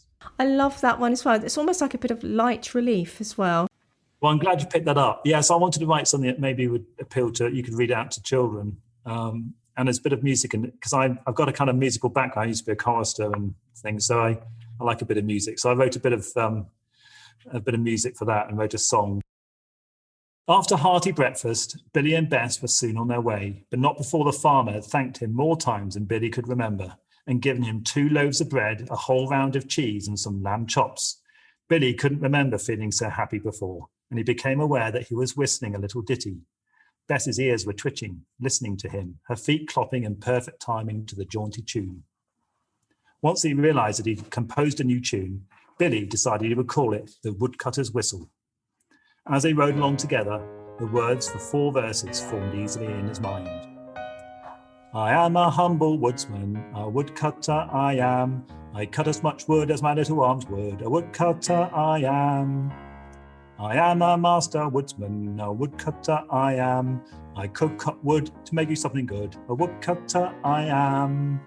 I am a champion woodsman, a woodcutter I am. None can fell a tree like a fellow like me, a woodcutter I am. I am King William's woodsman, a woodcutter I am. I love the wood for the trees and the trees for the wood, a woodcutter I am. Last verse made him smile inside, and not just because he had to sing the words really quickly in the 3rd line. Imagine working for King William. He had the largest forests with the tallest trees in all the land. It was told that he also had a very beautiful but tragically sad daughter, Princess Flora, who was infamous for having never smiled in all her 18 years. The best doctors in the land had poked and even prodded her, given her exercises, prescribed herbal medicines, even sent her to a tickling class, all without success. That was wonderful. Thank you. There's another story in there. Dr. Locum and Professor Otiv. That's right. And I really like the bits where she's doing quite well. She's quite nervous, but the nasty professor says, well, you talk about You have 3 ideas that you've presented here, but there's a 4th. You refer to a 4th. That's a fundamental basic mistake. And she said, well, actually, I was worried about showing you that one. And then she shows them her laptop. Their mouths fall open. Could you just describe what you had in mind? What did she discover? Yeah, so they're sitting in this austere Oxford room. She's feeling very nervous, sitting there in a black gown, as you have to still in Oxford when you have your viva, which is how you're examined at the end of your DPhil. Impressive, very impressive, commented Dr. Locum. A fundamental requirement of a doctoral thesis is that it must make an original contribution to knowledge. Yes, I think this is very impressive, and quite right that you have submitted it to the International Science Journal of Nature. Well, that may indeed be laudable, Miss Berry, but let's return again to this inconsistency in your conclusions. Did you mean to refer to a 4th approach, or was that a lazy error? Perhaps you tested another area, but because it didn't work out, you decided to remove it from your thesis. Is that it? You realise, young lady, that it is important for advancements of science that failures are recorded in equal measure to successes. As only that way, yes, there was a 4th area in my work, Eleanor blurted. There, she'd said it, and now there was no going back. Please continue, Professor Otiff wore a smug smile. Dr. Locum looked shocked, and rightly so. As internal examiner, he should have known about this. Eleanor feared that she may now have lost his trust, and as a result, his support. This was not how she'd seen the viva going, damn it. The professor was right in saying it was a stupid error, but he had no idea about the truth, nor the scale of it. The chapel clock chimed 12. Soon her fellow students would be filing back into the college for lunch. The interview had already taken longer than she'd realised. Miss Berry, please continue. Eleanor refocused. I decided it was too contentious and perhaps too applied. What do you mean? The ultimate solution to the problem which trees face in being long-lived and immobile. Would you stop talking in riddles, Miss Berry? I was successful in bonding living wood with bioscaffold made from nanocellulose, thereby permitting a tree to be supported by an endoskeleton and successfully in joining this with an exoskeleton. If the external packages could contain carbon, perhaps they could also store the water and gases required by the tree, creating a life support system in cases where, for instance, the tree might be without those directly via its roots. By that I mean being able to survive in an alien world, deprived of the means to complete respiration and photosynthesis. The nearest analogy will be an astronaut's breathing apparatus and propulsion system. Wait a minute, interrupted Otiff. I understand where you're going with the life support system concept, but what do you mean propulsion system? Do you mean self-propulsion, as in independently mobile? Yes. Ha, shouted the elderly professor. You're trying to convince me that you managed to engineer a biorobotic solution to enable a tree to move across the landscape? I really think we should give the candidate the time to defend her work and under conducive conditions, started Dr. Locum. Sod that. Come on, Miss Berry. I demand to see evidence of this fantastical suggestion. Eleanor felt cornered. As she opened her laptop, she spoke quietly. If man has brought unprecedented rates of a changing climate upon the natural world, then I think we owe nature every effort to help it adapt. I asked myself, how could trees move themselves 250 meters north every year? So I set about designing a solution. She pressed play on the video and turned her laptop round to face her 2 examiners. As the sound of the first earth-shaking step vibrated through the laptop's tinny speakers, she studied their stunned faces as their jaws dropped. And that's the end of that story, and I so wanted it to continue. And it sort of does a little bit in Bionic, doesn't it? Yeah, it's the thing about short stories. I mean, I think I hadn't really thought about it before I wrote it. The marketing side is really tricky because they are so diverse. It's very hard to pick a story that captures the essence of all the other stories because they are so different. And I also know from speaking to people, since it's come out, I've had some lovely feedback. Short stories aren't for everybody. So sometimes people quite rightly, really get into a story and wish it would keep going and would rather have, found out more what maybe happened next than jump into another story in a different genre. but other people have liked that style. So you can't please everybody, I guess. But the theme, as you say, is there consistently through. Obviously, the tree is a star, if you like, but the same character might pop up in a slightly different guise in another story. So I really like The Man Who Harvested Trees because I felt that there was a link with the girl in Bionic. I know it's not the same character, but I like to imagine that student went on to do the amazing work that the lady scientist does in The Man Who Harvested Trees, who was inspired by an elderly forester when she was growing up and went on to do the science that we can only dream of. And it really got me thinking that we've got so much ahead of us. We've got to solve the climate change situation. We've got to feed the world. We've got to make sure that we live in a more sustainable way. And I know your book is a work of fiction, but it did get me thinking about the possibilities in the future. And perhaps you might like to explain about the sort of bioengineering that this character does in The Man Who Harvested Trees. Yeah, I'm really pleased you picked up on that sort of similarity in the character. It's great how people see things that you might think are hidden. So that's really nice. And yeah, this particular story I was inspired by a wonderful story. If you're not aware of it, then you do look it up. It's Jean Giono's 1954 book, The Man Who Planted Trees, and I wanted to kind of write a sequel to that. So it's The Man Who Harvested Trees in this case. I'm really keen to have strong female characters for various reasons in the book. And this is another case where actually, although it's called The Man Who Harvested Trees, it's all about the life of a young girl growing up into a woman, becoming a bioengineer by profession, and ending up sort of becoming a major factor in this huge new forest that's created in France after a massive sort of global migration because of climate change, but finding these, as you're alluding to, sort of bioengineering solutions to what we might face in maybe 50 years' time. And it ends up with her kind of reflecting on maybe the trees that she planted as a very young girl at the start of the story being felled with her full sort of not only permission but joy, and the fact that the person felling the tree was actually her granddaughter too. So I think that's the kind of how stuff came together, really. The other thing I really was quite chilling in that story, which you think, oh, I hope it isn't a vision of the future, but obviously with people migrating, we've already had the first climate change migrants, moving from flooded islands, etc. But you really pick up on that theme, and you also talk about the great food famine of Europe in the future as well, brought about by climate change, and that's quite chilling.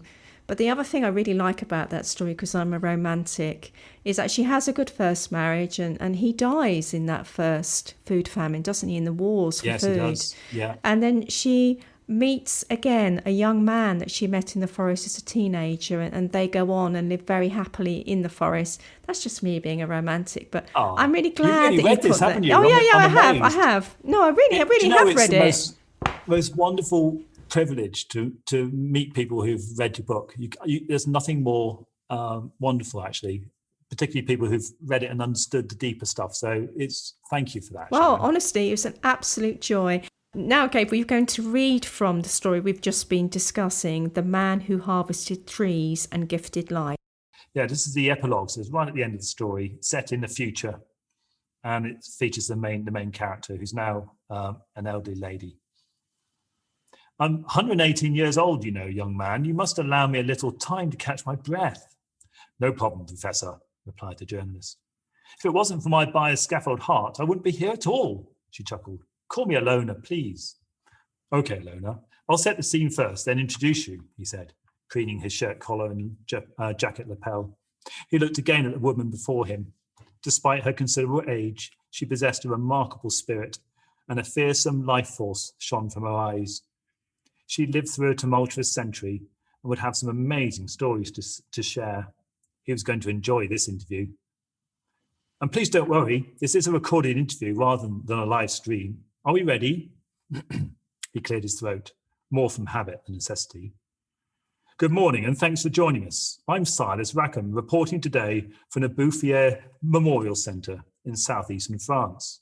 A celebration is shortly to begin, marking the 200th anniversary of the creation in 1910 of the Great Haut-Provence forest by Elzéard Bouffier.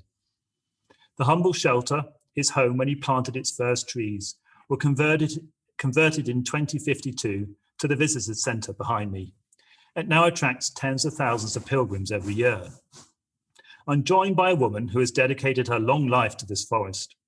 Following a highly successful scientific career in cellulosics, she invested her personal fortune in a wide range of cultural initiatives and health programs centered on the forest. Her second husband, Dara, himself a descendant of the forest's creator, spent the best part of his career as a practicing forester here, leading the third silvicultural revival. He was a driving force behind the creation of this memorial centre more than 50 years ago. I'm delighted to speak with you, Professor Bouffier. Can you tell me a little more about the trees we're surrounded by here? Of course, I'm too young to have known Elzéard Bouffier myself, but many of his trees still stand today, like these 200-year oaks and Douglas firs. Other stands of trees have been felled and replanted up to 3 times since then. I believe you knew his apprentice, Sylvan, very well. He was a relative? Yes, like his mentor, my great-uncle planted trees right across the forest. Some of them were felled for their timber many decades ago, while others are now 160 years old. I came here as a young girl, so the trees I planted are more than a century old, and you can see them there on the other side of the centre. I understand it was the impact of these trees on your own life which inspired you to lobby successfully for the Bouffier Act, for every school child to plant 1 tree for every year that they're in education. Yes, that's right. In fact, it's my single proudest achievement. I can understand why. So what's your earliest memory of the forest? My first impression of the forest is a sad one. I remember getting terribly upset when a great oak tree was to be felled. The reporter looked genuinely surprised. With what I know about you, I find that very hard to believe. Tell us a little more. It would take a little time, Ilona smiled. Come with me and we'll sit together under this oak tree I planted all those years ago. The two started to walk towards the giant tree that stood proudly on the far side of the glade. Do you know, my granddaughter's going to fell it later today. It's a very special day for me. She's head forester here now, and I'm very proud of her. That's wonderful. Really, really wonderful. So do you have another book on the go that you're writing? Foolishly, I do. So I've really loved writing short stories, and actually I was aware that I've got a blog that I've been writing now for 10 years about trees and my photography and so on. And I've loved the interaction and support I've had from readers. So I decided to set myself a challenge, a bit like we were chatting earlier about, regular writing. I thought, well, why don't I see if I can write a short story a month for the year and give them away? So I've had this short story giveaway on my website, and there's 2 months left. If you sign up to my newsletter, you get a free book every month. That's the gist of it, a free short story. Tell us the website. Yes, it's my own main website. So it's gabrielhemery.com. So GABRIELHEMERY.com. There you go, listeners. So you can sign up there to my nice on e-news, and then which I don't send out terribly often, so you don't get spammed, and then you get a free short story. So effectively, I've got a collection of actually slightly more than 12 stories. So I've got another volume of this in mind, which I'm nearly there, which I think actually are better than these. So I'm quite excited by the next volume. So that's my next work of fiction. And I've come up with the most stupid idea yet, which is really ambitious, but very exciting for me. And that's to see if I can create a guide to all the copses, woods and forests of Britain. So this is going to be it's not going to be a complete gazetteer, but the idea would be, I'd like to bring together all the big NGOs and others that own woodlands and sort of promote their forests, but also get woodland owners, private woodland owners, to put their to nominate their own woodlands if they want to. They can do it either anonymously, or they can say, yes, I'm a proud owner, here's my name, and I'm asking people just to tell me everything about the woodland that they're proud of and its history and so on. So there's a website for that, which is copsewoodforest.com. Well, that's all one word, Copsewood Forest. And people can either nominate a woodland near them that would like to be included, or if they're actually the owner or an agent, they can actually provide the actual details and agree for it to be included directly into the book. So I'm just at the moment hoping to attract a major publisher to supporting me in that endeavor. So that'd be my next non-fiction work. And I thought it would work really nicely with the New Silver, which is all around, obviously the history and individual trees. This would be very much more focused on the owners and the woodlands of Britain. For my count, I think there's 98,000 woodlands with some sort of designation on OS mapping in Britain. So there's no way I'm going to reach 98,000. But if I even reach a few thousand, I think that'd be great. But what's inspiring me is I don't want to have another book just celebrating the obvious, Major Oak and Sherwood and the Forest of Dean. It's all the other woodlands that are so wonderful near everybody that maybe we could just share and celebrate more. That is incredible. Wow. You have such a great, diverse mind full of ideas. It's an absolute privilege to interview you. Gabriel, tell us, do you think that literature has the power to change how people might think about the natural world? Oh, for sure. I mean, it's critically important, isn't it? I mean, they say forestry is a combination of science and art. And I think if we're ever to convey the complex messages that we need to, like our sustainability and the future of the world, without art to bring it to life, whether it's film, painting or literature, whatever, I think it's so important because science itself is too dry and inaccessible and very often to the general public. That's what I think inspires me to write. I think you're right. People need to hear stories to get into their heart. So it's absolutely wonderful to speak to you, and I really recommend Tall Trees short stories and any literature really that gets people thinking about the environment as well, and check out Gabriel's blog and your other projects as well, all of which will be linked on our website. So thank you so much for your time. Thank you, Sharon. Thanks for your interest. It's been lovely talking to you. And you too. All right. Bye. Okay, take care. Bye. So now we're going to go over to Prague and we're going to speak to Irina Antones or Irene Antones. I found out about you on Twitter because you have the most beautiful website. But before we go on to that, tell us about yourself. Yeah, thank you so much. I was really glad to find you too. And I'm really glad that I can connect with people who are passionate about the same things that I am. So I'm from Russia, but I've been traveling for the last 10 years because besides my profession as a designer and an artist, I'm also a musician. So I was traveling and singing around Europe and Asia and got this beautiful experience. Also painted some artworks around the world and in volunteer projects.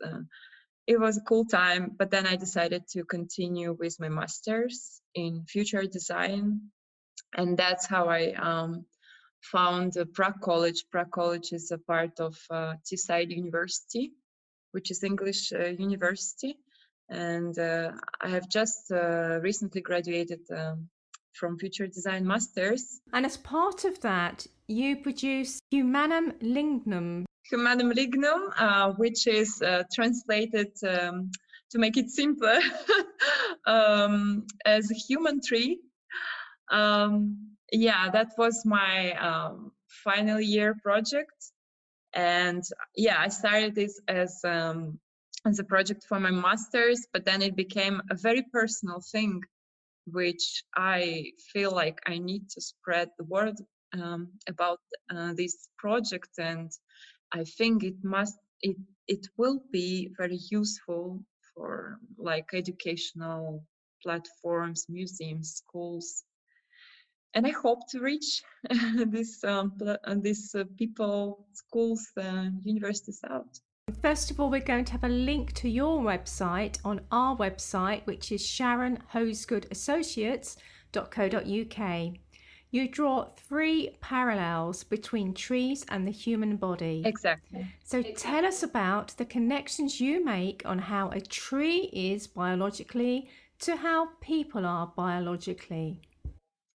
Yeah, it's fascinating how similar we are, and many of us, we just miss it on a daily basis. We do not realize how many things we have in common with plants, and in my case, I'm researching the trees. So I found like million similar things, like similar senses, social life, communication, like they even have like families, of course, in their way, but if you really read about that, you understand that we have very similar ways.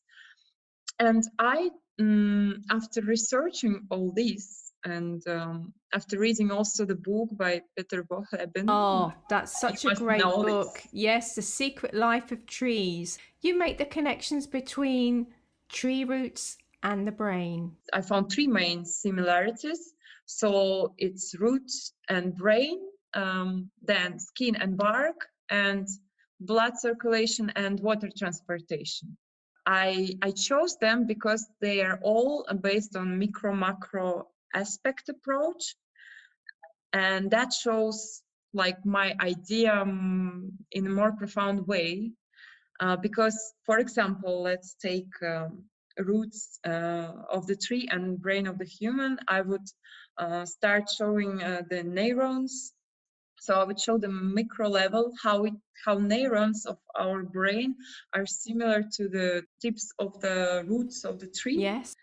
And then I would go big and I would show that actually brain is the equivalent of roots because they control the whole body, and they decide on everything what's gonna happen with the human body or with the tree trunk, and they send electrical impulses in the same way. Never capable of doing anything. I wanted you, you made me blue. And we was playing all the strings of a song.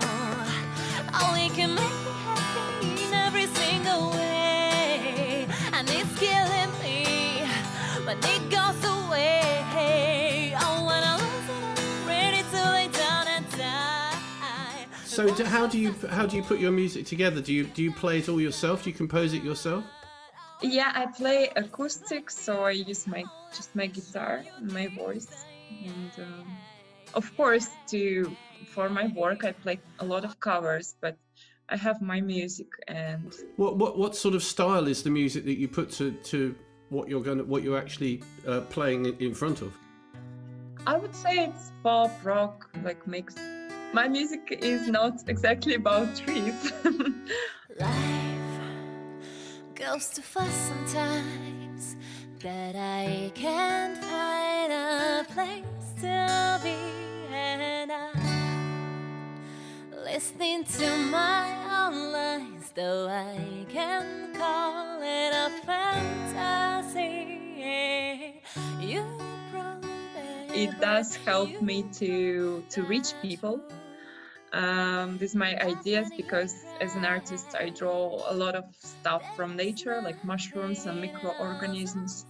I look at them under microscope and then I draw them, and then I make animations out of this, and then I would do my concert, I would play my music, and I would have these animations on the background, and I would reach people with this idea, through music and nice atmosphere, but also I would show the importance of these beautiful things because no one actually sees the lichens, the mosses that are growing on the trees. I thought I knew about the life. Now all of them turned upside down and waste.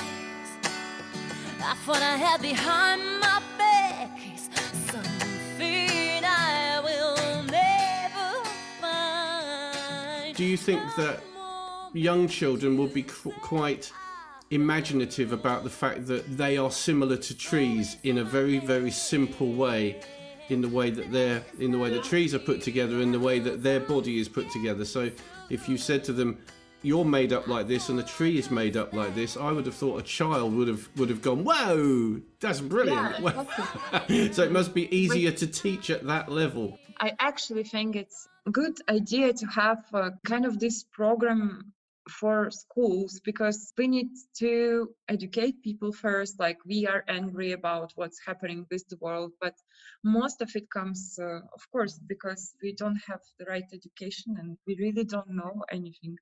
And if you show it to little children, then they'll realize it will be printed in their head already.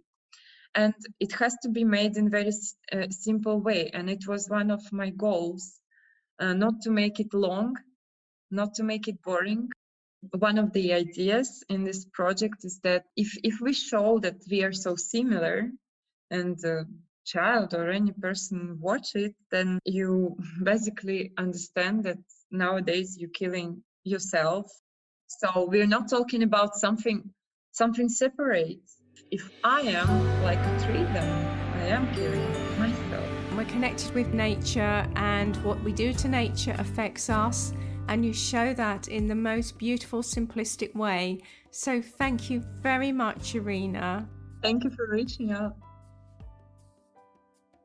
Find that relaxing? I just love hearing people read a story. It stems back from childhood, and I used to read to my kids as well, and I loved it more than they did, I think, doing all the funny voices. No, I was joining in. I tell you, but honestly, it was great. And then to have that mixed in with Stephen's paintings, and to be able to see some of those on a computer screen whilst you're listening to him on the podcast, I mean, that's fantastic. So anybody with two screens out there, make the most of it. It's a great experience. I really encourage people to look at all of their websites because they're absolutely fascinating. There's so much more to them. But I think there's a really, really important message here. We all know about climate change and what's happening in the world in terms of biodiversity loss. And writing and painting and any art form is another way of sharing our appreciation of nature and reaching those who wouldn't necessarily study it. So I hope that's been of interest to people today. And of course, next week we go from the comfy chair to the sharp end. Yeah, that's right. I've had a really great conversation with Pete Wharton from Wharton Natural Infrastructure Consultants about the joys of... Not Pete Waterman. No, Pete Wharton. Did I say Pete Waterman? No, if you said Pete Waterman, that would have been a tenuous link from my point of view, but I can't go into that now. No, just leave us hanging in there. Okay, that'll be for Christmas. But yeah, so Pete and I had a great chat about the joys and difficulties of starting up an environmental consultancy and what it feels like, really. So that was a great chat. And I'm afraid I rather reminisced about some of my past as well in that. So that's next Friday, and thanks, Pete, for that. From the Tree Lady, Sharon Durden Hollenby, good night. And from Noel, it's good night from him.